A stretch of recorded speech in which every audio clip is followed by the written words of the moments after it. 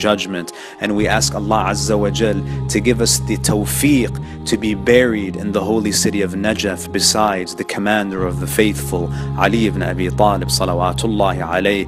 We ask Allah Azza wa Jal to illuminate our hearts with the light of Ali. Wa sallallahu ala sayyidina wa nabiyyina Muhammad wa ala ahli baytihi at-tayyibin at-tahirin.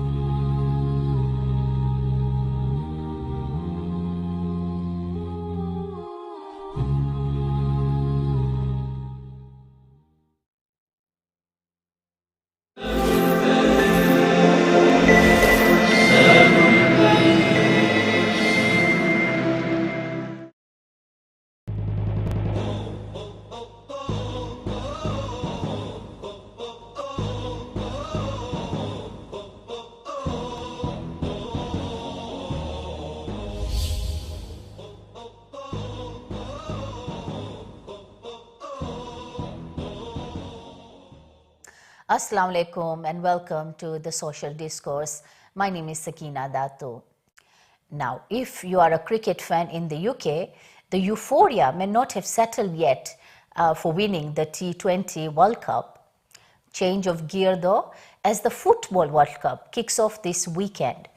Now, I for one have taken Monday off because it's England versus Iran. That should be even more confusing than England versus Pakistan in the cricket finals. Well, if you know what I mean, then you know. Qatar World Cup though has faced a backlash like never before. First time ever being hosted by a Muslim country, the Islamophobic coverage so far in the Western media has been intense. Yes, we must always speak out against human rights abuses anywhere in the world. But is this about the plight of workers in Qatar? Or is it the intolerance of our religious and cultural values? Not in the West, but we are talking here about our values in Islamic countries.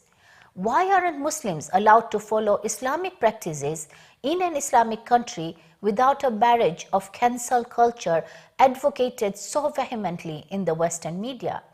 Now, there to share with us today their views on the subject, we have with us today Sister Fahima. Sister Fahima is a TV presenter and a life coach and our regular guest. Welcome, Sister. Assalamu alaikum. Alaikum salam. We are also remotely joined by Sister Farwa Haider. She is a semi-pro footballer, and also by Brother Abid Karawali. Abid is an engineering student at Warwick University, and he is also the secretary of their Ahlulbayt society. Welcome, sister and brother. Assalamu alaikum. Salam.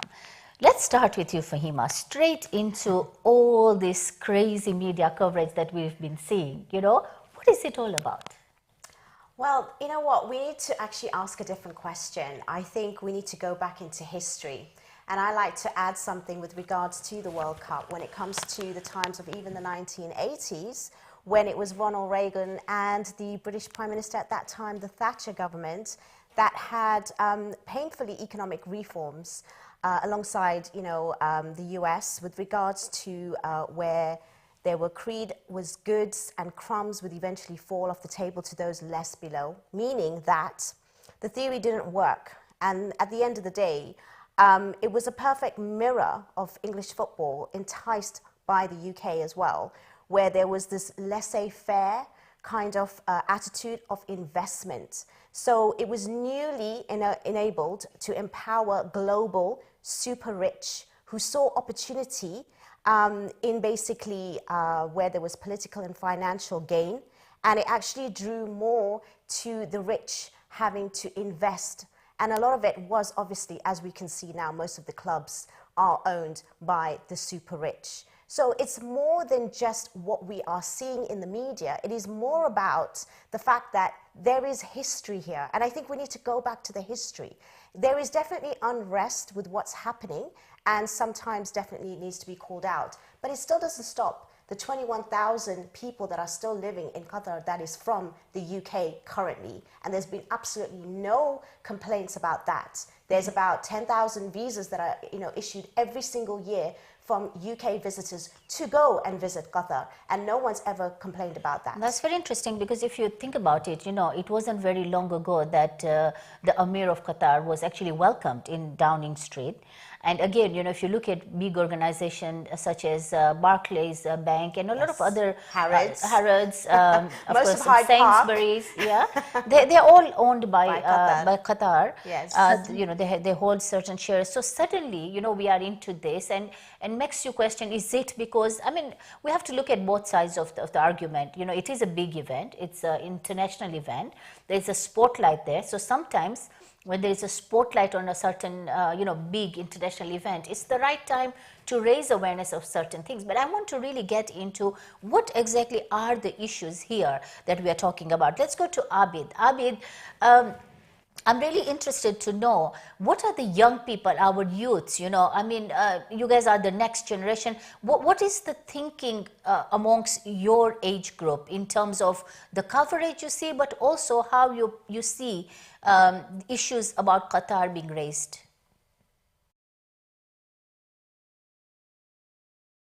Is Brother Abid with us?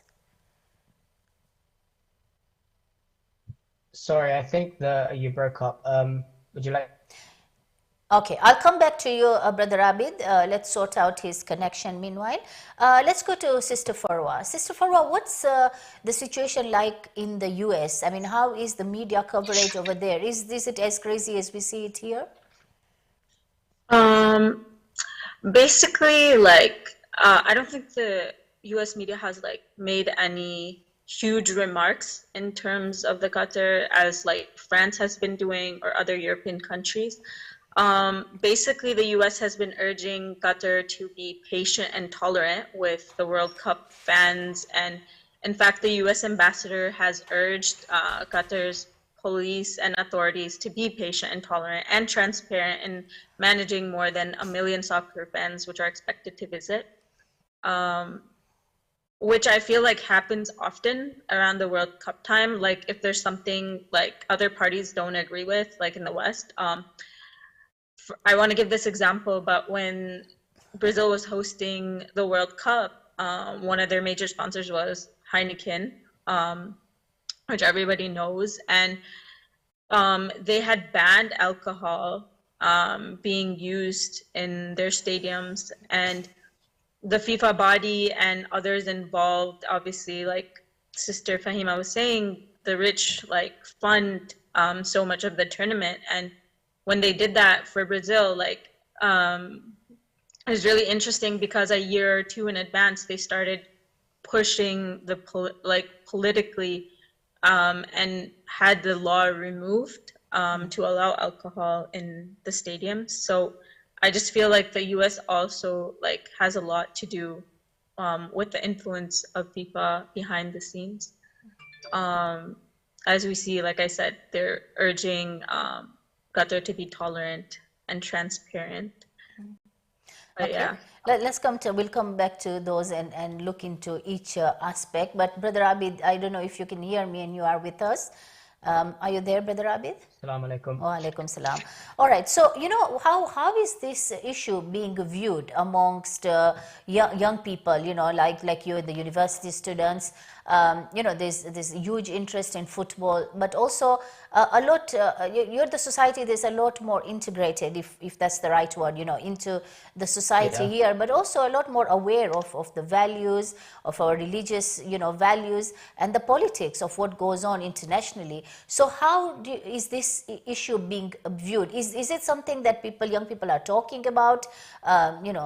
What are the views?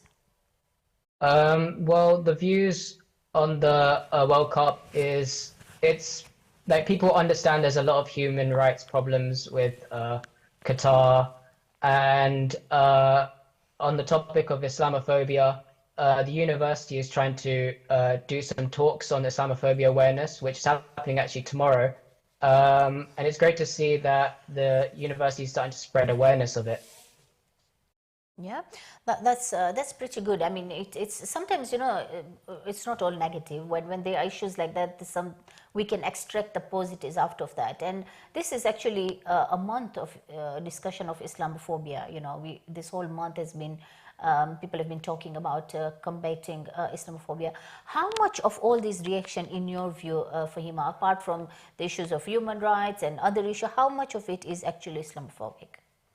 I think actually whatever's been in the media is actually being blown up, and it's actually a very small proportion of people that's actually complaining, if you think about it realistically. And if you look at some of the media that is actually talking about it, because only because it's the first time it's been actually hosted in a Middle Eastern country. So obviously we are going to be alarmed with regards to, at one hand, wow, it's in a Muslim country. On the other hand, it's what exactly are we going to expect from this, because of all the restrictions, because of all the laws and policies, which are different to the West, so rightly. But it's not like as if the West is not used to it. They do travel to the Middle East a lot. They do travel to the Emirates a lot. Dubai is one of the places that has exactly the same laws, and you get a lot of foreigners that actually just live there as well as go there for on holiday. So it's actually been blown out of proportion with regards to a lot of things, only because they want to enforce certain of their own values into another place, and also highlight some of the things that are not in line, which should be to a certain point, but at the other hand, it still doesn't stop the major players still doing business.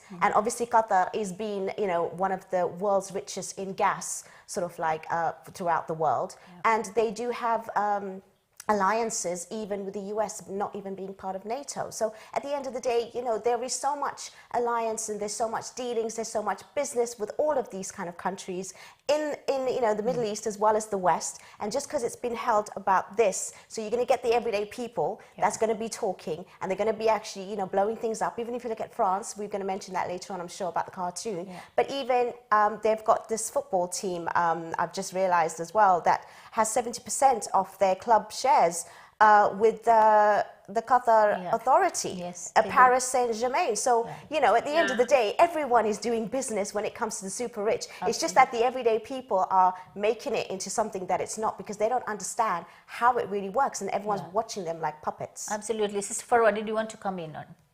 Yeah, I was just feeding off what she said. Actually, the Emir of Qatar owns PSG.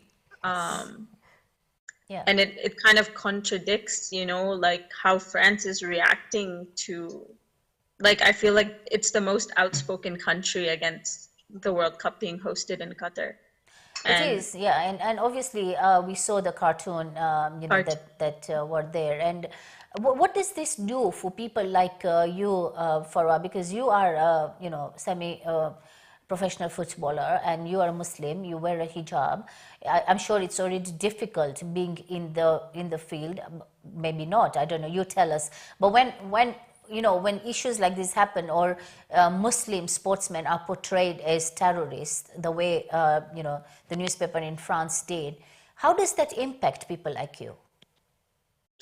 Well, first, it's something that we want to spread awareness about, and we feel that other sports, other athletes should also talk about when it comes to situations like this. I personally have not faced very much discrimination, irregardless of events like this taking place, because where I reside, like Michigan, there's the highest number of Muslim population. So it really helps here, I think, because people in the US have kind of gotten used to seeing people in hijab playing sports. I think one time I just faced a little bit of a setback or backlash was during one of my matches, because obviously you don't shake hands, but that's part of the football culture, is to shake hands or give high fives and stuff like that right after the matches, whether it's with the referees and so forth. So people do get offended at these things, but it's nice like I said, awareness is key, and showing other people that our values are different, we shouldn't have to compromise them. And and it's interesting because while I haven't faced any backlash, very little here in the US, but when I was playing nationals in Pakistan, it was really interesting because that also is a Muslim country, and you'd think that they would respect the fact that women are playing in hijab during the sports, but we did encounter an issue one time, and the nationals are FIFA certified there, with one of the refs, and they were like basically pushing for players who wear hijab or have to wear like something under their shorts, like leggings, for example. Like I was really shocked because they had requested players to not do that during some of the matches, which was really like interesting, because you wouldn't expect that in an Islamic country, you know, versus playing in the West.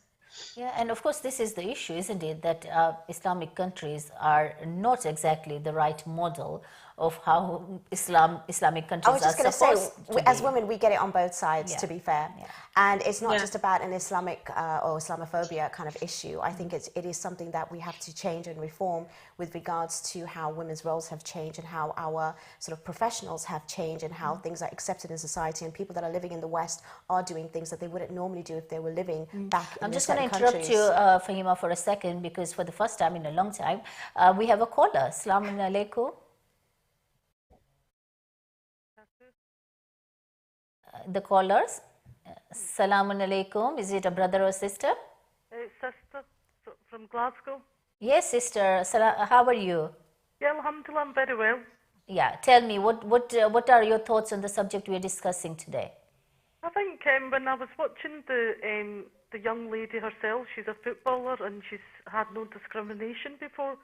She said it all, you know. So, but I wanted to say, see, if Qatar, that's their right. So if they decide what to do with the country, that's their law. But I wish also that they could have been a bit more open, because if people are going and they are LGB, I don't know how to say it, so LGBTQ, is it? Yeah. See, if that's the case, but we should still give them their rights, even though we don't believe what they're doing is right. But I think if they're going to go, that's their decision, and we have to be respectful, because I do believe Prophet Muhammad, peace be upon him, said to even Buddhism and different people that I will still respect you, but this is our Muslim way that we do. So just maybe in this day and age, if we want lots of different communities and people to function better with us and to love us, like for example Christmas, even though it's a holiday season and Isa, peace be upon him, is not born on that particular day, but we can still respect and say, we respect you. Of course, like as if in Pakistan, people are Christians and they celebrate Christmas there. And Pakistani people are very open and they let them celebrate Christmas. And if you were, because some people are born with different sex and they don't know who they are. But in Pakistan, they give them the rights.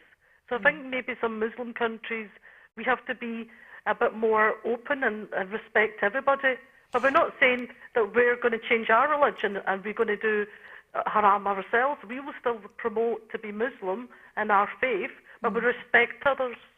But don't you find that specifically when we are talking the media in the West, that there are actually double standards? Because sometimes, for example, you know, when for example, when people come here, whether they are Muslims and there is an international event, and you know, if we want things done our way to respect our faith, there isn't always an acceptance. It's always a question of we have to fit into this environment. If you wanted, you know, your ways, why did you come here? Yet when they are talking about going to Muslim countries, it's like the Muslim countries have to be more tolerant. Why the double standards? Sister, I believe not everyone's like that, because in Scotland people are friendly and they always welcome asylum seekers and people that have been through wars, and they're so loving and caring towards when it comes to your religion. And Islamophobia, people are taking it more serious and they're giving more rights towards Islamophobia. So I think not everybody, sisters, double standards. There's a lot of kindness towards our religion and acceptance, because we're Muslims, we are allowed to practice our faith, and they promote Eid and lots of other things. So I think it's getting so much better, and I've always been thankful for this country because they've been good to my parents and me. So I will always respect their law and their faith, and I'm so happy to let me practice mine in this country. Thank you very much, sister. There was a very good input from you. Thank you for calling. She's raising an interesting issue, isn't it? I mean, absolutely. It's such a broad aspect, isn't it, when you're talking about, but in particular here we are talking about the media rather than, of course, the people kind of, influence the thoughts, right? But do you feel that even within the West, in England or US for Sister Farwa's case, that there is a huge difference between how the media portrays issues and how the people, general population sees things? Of course, I mean, it is their job, and as you know, as a journalist, there is an agenda, there's a story that everyone has to sort of, portray in a particular way. But again, it is very clear that Qatar has mentioned that they welcome everyone, regardless of where they come from, their background, and whatever they believe or don't believe in. They just have their views on the LGBTQ, and which is very open in any faith, not just Islamic faith. And every country has their laws and their rules. And the thing is just to be respectful of it, not to say that they cannot enter and they cannot be safe and they won't be welcomed. That is absolutely not correct. So that is definitely, that has been said by one of the members of the FIFA who is representative of Qatar, who has mentioned this in Al Jazeera News to say that everybody is welcome and everyone will be safe regardless. So that's one thing that we have to be clear. If they don't have certain policies and laws in place like how they do in the West, that's a different story. And that's not for any outsider to put in their sort of mind. Neither it is for anyone outside of this country to do that here. They can maybe propose it and have it in a different light, but at the end of the day, everyone has to follow the law of the land.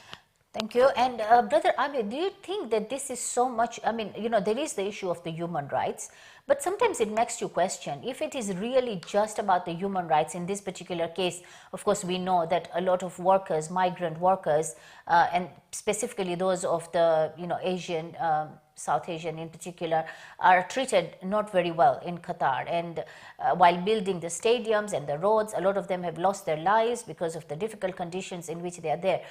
However, I mean, there are human rights abuses in a lot of countries, a lot of places. We don't see this being highlighted often.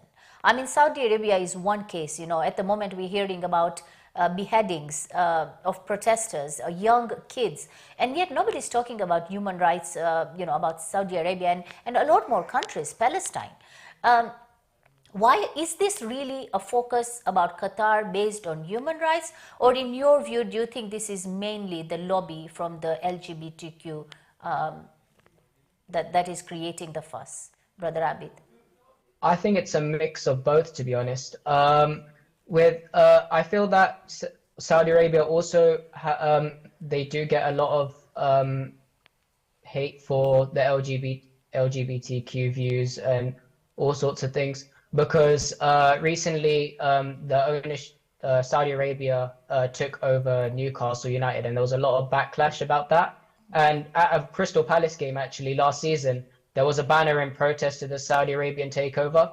Now, this might also influence people to indirectly this might be indirectly Islamophobic, as this can indirectly influence some people's minds to thinking Muslims are not great people, as their countries have awful human rights issues with beheadings and, like you said, and yeah, I feel that it's not only Qatar that gets a lot of hatred, but it's also Saudi Arabia and other countries. Sister Farwa, what is your view in relation to this, and also how is it being seen within the Muslim communities in the US? Is it being seen as, a very fair attack on Qatar because of both human rights issues and the LGBTQ? Or is there a sense that, we respect, when we are in this country, we don't agree with the, obviously the whole gay issues as per the Quran, but we do respect, we do not discriminate, we do accept that when we're living in this country, we have to be treating people fairly and equally, whatever their sexuality may be. However, why, when it comes to Muslim countries, can Muslims not have laws or cannot live Islamic life within the Islamic country? Yeah, just like you were asking Abid to say, I'm just feeding off of that kind of, I do think the human rights issue and the main issue I feel like underlying, which a lot of news outlets aren't coming out and saying like this is the main reason, but I think these two reasons are really the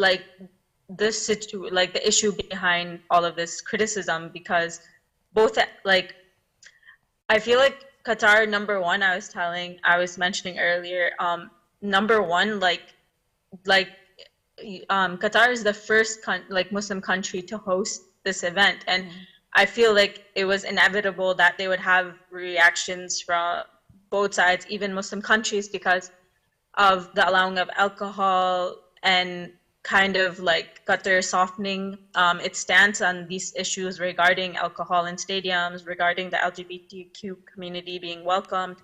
And just like you were saying, like I believe that they have every right to legislate based on their religion and culture and values. It is an Islamic country. And like you said, we respect these people. We're expected to respect people from this community within our own countries.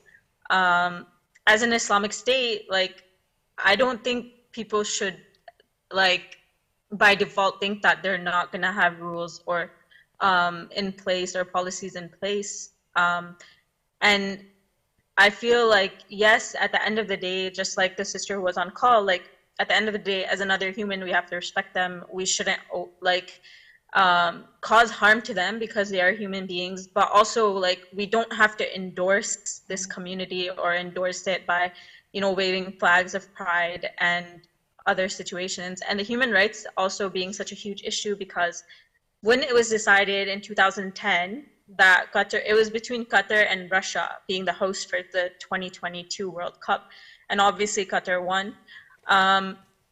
The human rights issue is really big too, because from the year 2010 up to 2022, there's been over 6,000 migrant workers who've died in the process. And in recent, like, years, there's at least, like, the Nepalese community, like, there's been like 400 migrant workers who have died on construction sites for, like, the stadiums. And it's interesting that they're pinpointing this issue, because I also feel like they're attacking a Muslim country, like exposing the human rights issues, while it contradicts, like, you know, what they've been doing or what they've been doing in different parts of the world, and how they've violated within their own countries the rights of immigrants. And like when Sister Fahima was talking about Dubai is literally like, where's the outrage for Dubai? Because it has a similar issue. Like, most of Dubai is built on the backs of, like, South Asians, so Pakistanis, Indians, Sri Lankans, and other people. Like, why, like I said, why is it, like, not, why are those human rights issues not as important as what Qatar is being targeted for? So of course, Sister Fahima, Dubai is because Dubai allows you to do whatever. It's a heaven for, you know, Westerners to go but in it there still and do has whatever. a very strict rules, which is also in line with Islamic law with regards to being in public and being exposed in a particular way when you are walking, and, you know, you cannot actually do what you would do in a Western country. Yet we do get majority of people that are living there and working there and going voluntarily on their free will on holiday. And like I said, in Qatar alone, there are 21,000 UK citizens that are living there. And there are 10,000 visas every year that he's being, you know, and for a very small country, by the way, right? Course, so there's obviously not that bad, not that many complaints, but obviously there's going to be scrutiny, because it's the first time in a Middle Eastern country, and they're going to pick on everything, and the small people are going to jump on the bandwagon and highlight things that they know, which they go and enjoy on another occasion. But because it's this, then they want to obviously make it more than what it is. If that's the case, then Brother Abid, you know, we've seen international cricket tournaments, you know, being held in Dubai, and as Sister Fahima is saying, Dubai has got a similar kind of you know, atmosphere as Qatar. Why is it that this World Cup has raised issues so much? Is it because football is bigger than cricket, or is it just that there's something different that has happened this time? I feel like the World Cup is one of the biggest tournaments and events in the world.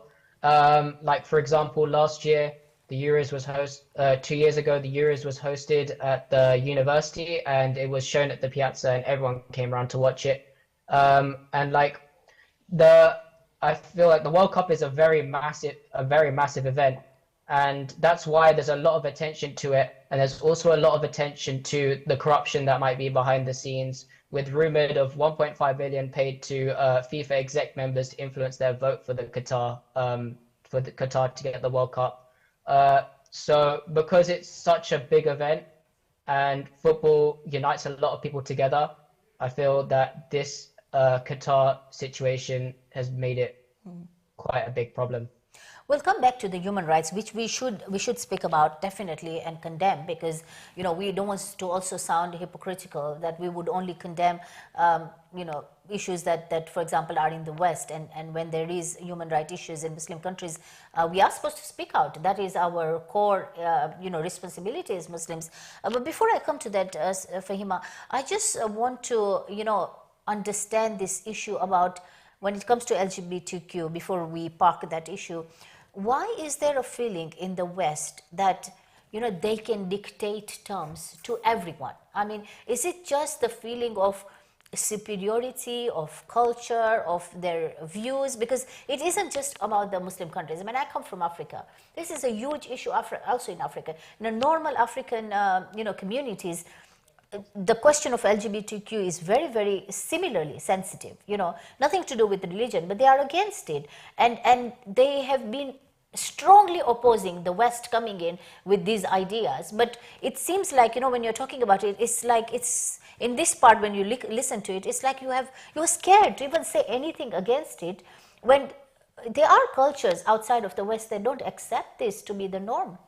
Well, if we look at history, and unfortunately we are going into a sort of world which is more secular, so religion is less common, it's less popular, and the agenda of LGBTQ or any other sort of lobbies or whatever they, however sort of industry or company or wherever they come from, are pushing the agenda forward, because times have changed. And it changed even when it came to the mental health, whereas at one stage, if you were part of that group, it was seen as, mental illness. And even when that sort of changed, in the sort of late 80s, 90s, when it came to the mental health of the analysis, then obviously we did see a change generally in sort of like society. So we have to expect this to a certain extent. And again, it's happening in the Western society, but even in the West, there are people, whether it's faith, other faiths than the Islamic faith, or just people in general, are actually speaking up, and they are finding it very difficult to accept this. But it is a very strong lobby, and wherever it's been backed, wherever the funding is, there is definitely an agenda, and it's actually reaching our schools to the young ones, and there is definitely more conversation that needs to be had about this. But as history notes, that obviously this is nothing new, where there's going to be a small entity of people that want to control and that want to have that sort of way of being for everybody. And unfortunately, it is only continuous, whether it's land, freedom, power, and now with this. Brother Abid, how do you guys see this? Because this feels like, the people your age and the younger ones, that this, as you were growing up, and this lobby is so strong, that these issues have been, pushed down your throat, in a sense that you don't really have the freedom, whether within the academic, educational, setups, to really speak out. And really, we, again, make it very clear that we are not saying that we should not be tolerant of people from, different sexualities. We should always be tolerant of anybody. We're not supposed to, but if you do not accept, our religion clearly tells us that this is not acceptable within our scripts.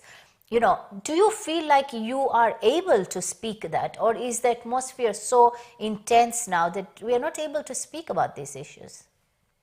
The thing is with LGBTQ, I feel like if you accept that there's people who are going to always be different, and you can't change what other people want to do, and I believe that if you have your own opinions, it should just be more accepting to what other people are saying, but you don't have to agree with what other people are saying about LGBTQ, for example. Like recently in football, the captain of Tottenham and France, Hugo Lloris, said, "When we are in France, we welcome foreigners. We often want them to follow our rules, to respect our culture, and I will do the same when I go to Qatar, quite simply."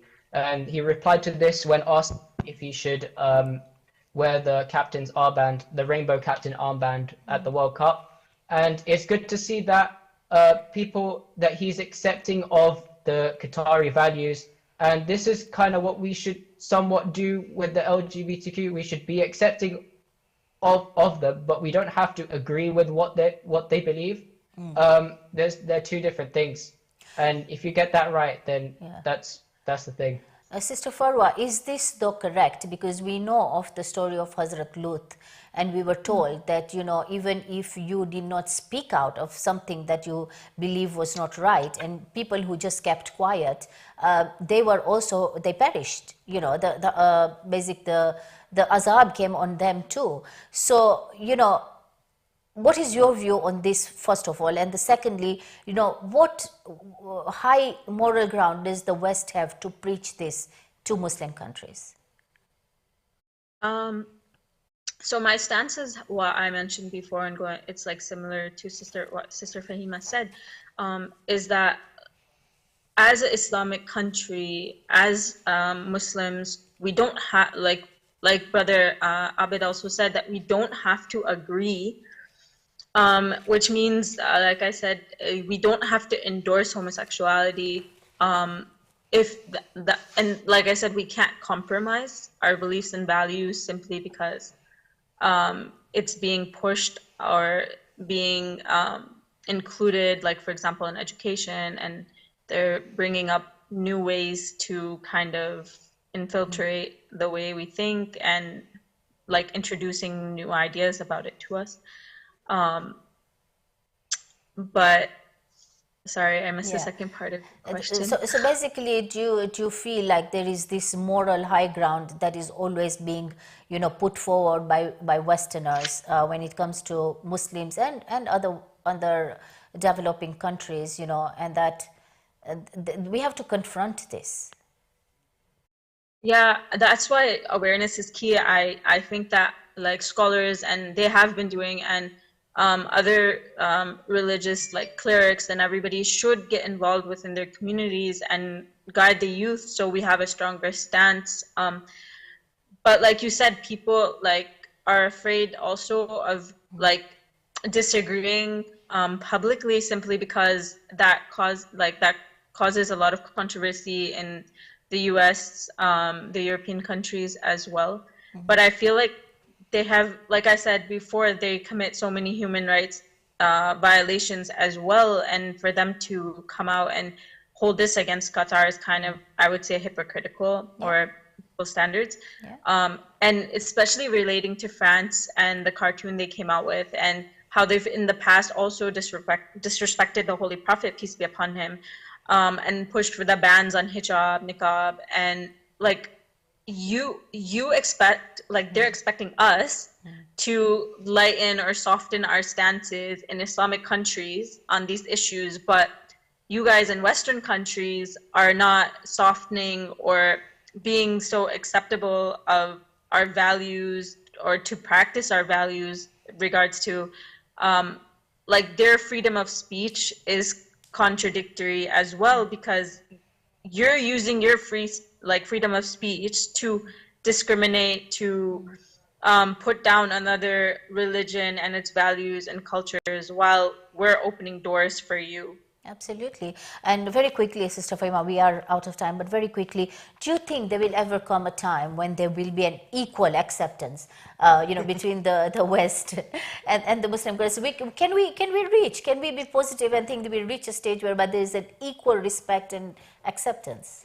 That'll only happen if we educate ourselves. That'll only happen if we speak up. That'll be really interesting to see how more Muslim voices are out there. It's not about, you know, anyone accepting each other. It's more about saying, in the West, they have a value system which they promote to be quite fair. So all we got to do is speak up and say, you saying this, so let us be part of that too. If someone else wants their rights, we are also wanting the same rights when it comes to hijab and our values in a religious field. So we just have to be smarter to make sure they enforce their own laws. Absolutely. And final word, very quickly, Brother Abid, do you feel like, you know, you're the secretary of the ABSOC there, Ahlulbayt Society, do you feel that these are the issues that you guys are speaking out about, and that there are discussions in this regard? About What, LGBTQ or Islamophobia? Yes, about having our own identity and not succumbing to, not being fearful of everything that we, are being forced to sort of, put our values second. No, I feel like I said, you have to have your own core beliefs, and that's through having like a close community and things like that. But you need to accept what society believes, but not totally agree, like I said. And yeah, I haven't been challenged on the LGBTQ plus Okay. Okay, thank you topic. very much, Brother Abid. So, sorry to cut you short because we are out of time now, but I want to thank my guests for being with us today. It's a subject that we've just kick-started. I'm sure it needs a lot more discussion. Thank you very much for being with us, Sister Fahima. Thank you, Sister Farwa, and thank you, Brother Abid, and thank you all for watching. Join me, inshallah, next week again. Khuda Hafiz.